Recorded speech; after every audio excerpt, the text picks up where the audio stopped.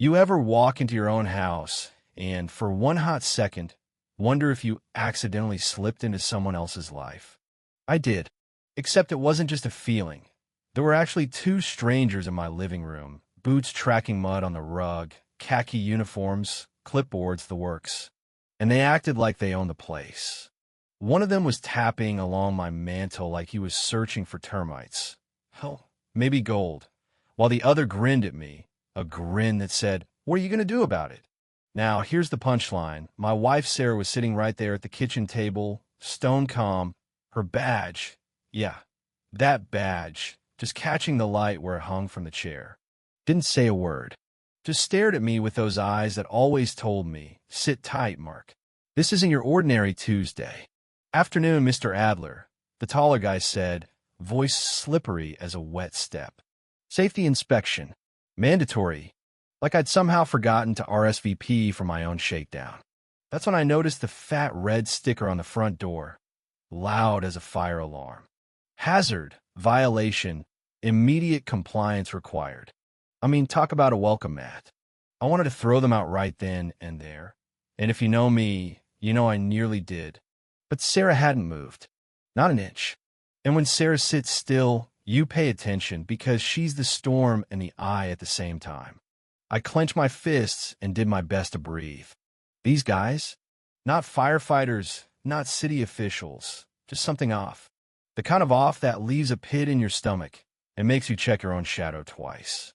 But then I caught the blinking red light on the bookshelf, my own hidden camera still rolling, catching everything. That's when it clicked. This wasn't about a fire code or some loose wire. This was about baiting a trap. And if you want to see what real power looks like, try pulling a con on the one person in the county who is both fire chief and sheriff. Because that's Sarah, my wife, my anchor, the one woman in this town you do not try to hustle. Mornings used to be my time. Coffee, porch, birds singing, sunlight crawling up over the rooftops like hope. That Tuesday, though, the neighborhood looked too neat. Lawns tight, bikes tipped on driveways, air sharp with grass. It felt almost staged. Then I saw it. A red sheet plastered across my door. Big, blocky letters. Warning. Fire hazard. Mandatory inspection required. Like a scarlet letter for your mortgage. My stomach dropped so hard I could almost hear it thud. The glue stuck to my fingers when I ripped it down. Couldn't scrub it off for hours.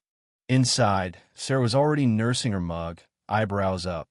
"What now?" she asked. I slammed the paper down in front of her. She read it twice, jaw clenching. "They can't do this," she said, voice tight. "Not without cause. Not without notice." But there was something else there, a flicker I hadn't seen before. Not just concern, anger.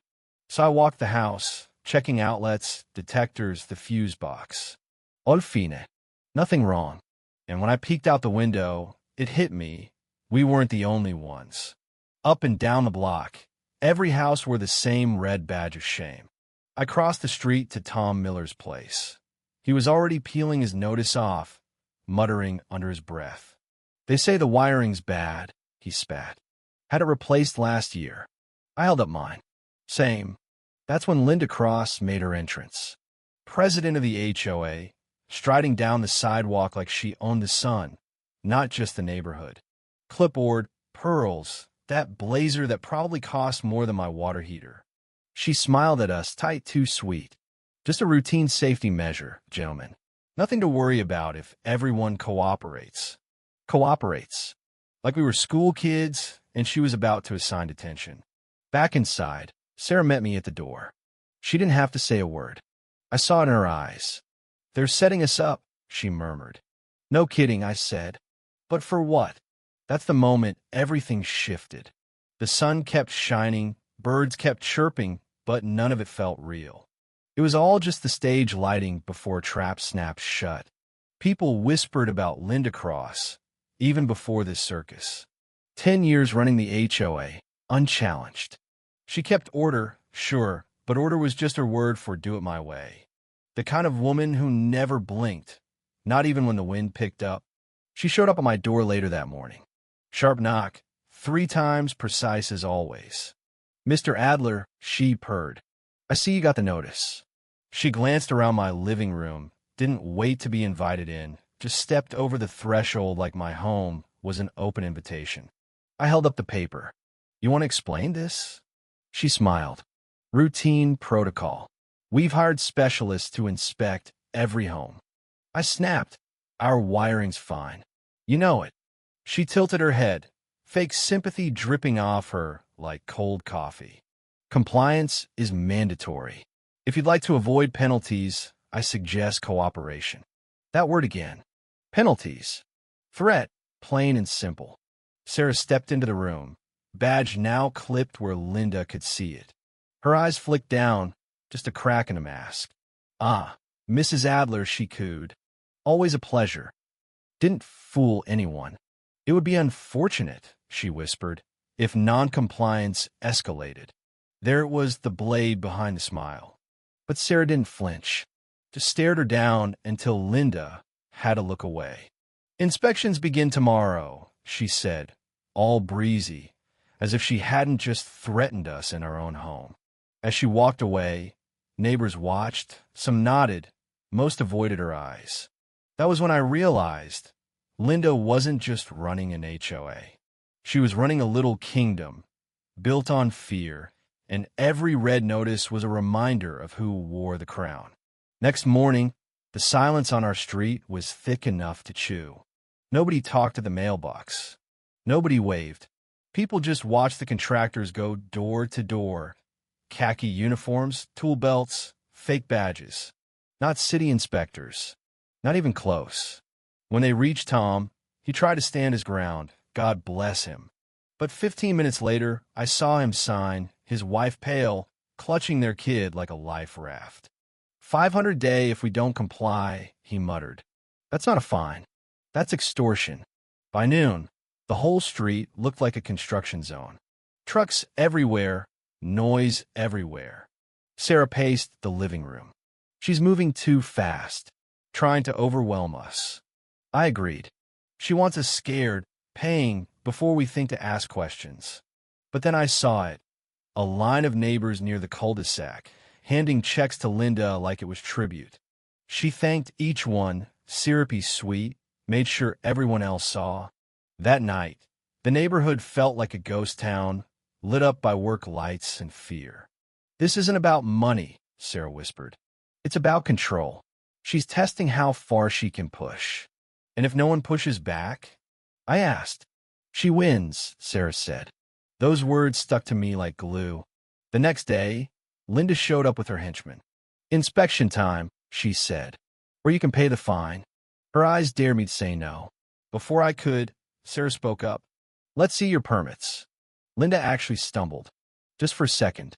That badge on Sarah's belt shined like a warning. Permits, Linda repeated, higher, sharper. Yes. If this is sanctioned, let's see paperwork. Authorization. License numbers. The contractors shuffled, uncomfortable. Linda tried to brush it off. We're all neighbors here. No need for drama. Sarah didn't budge. That's when Linda backed off, snapping her clipboard shut. We'll come back when you're ready to be reasonable. She turned, heels loud as gunshots. Contractors trailing behind, muttering. I shut the door, breath shaky. Sarah was steady as a rock. That's her weakness. She counts on people folding. You stand your ground. She's got nothing. That night, I rewound the footage. The threats, the fake fines, the forged forms. It was all there. But the best bit? That single moment when Sarah demanded proof and Linda hesitated. The mask cracked. You ever feel hope and anger at the same time? It's electric. That's what I felt. Word got around faster than wildfire. Mrs. Daniels, the widow 2 doors down, came knocking late, clutching a notebook. She's been bleeding me for years, she whispered. Inside were dates, amounts, copies of checks. I figured someone would need this. Sarah took it like it was treasure. And it was hard evidence. The start of a paper trail. Soon, others showed up. Tom, exhausted, eyes red, apologizing for caving. A neighbor with a voice recorder, another with a folder of receipts. Each one scared, each one fed up, some still too afraid to go public. But enough stood with us to see the truth. Linda had been running the same scam for years. Threats, fake fines, all hidden behind that phony authority. Our dining room turned into a war room. Evidence everywhere, dates circled on a calendar, Sarah calm and relentless. "This isn't just about her," she said. "It's about breaking the fear. Once people see she can bleed, it's over." We set the trap. Linda showed up, smug, contract in hand, ready to settle. But we had the cameras rolling. I played my part, nodded, pretended to be beaten. She bought it. She always did.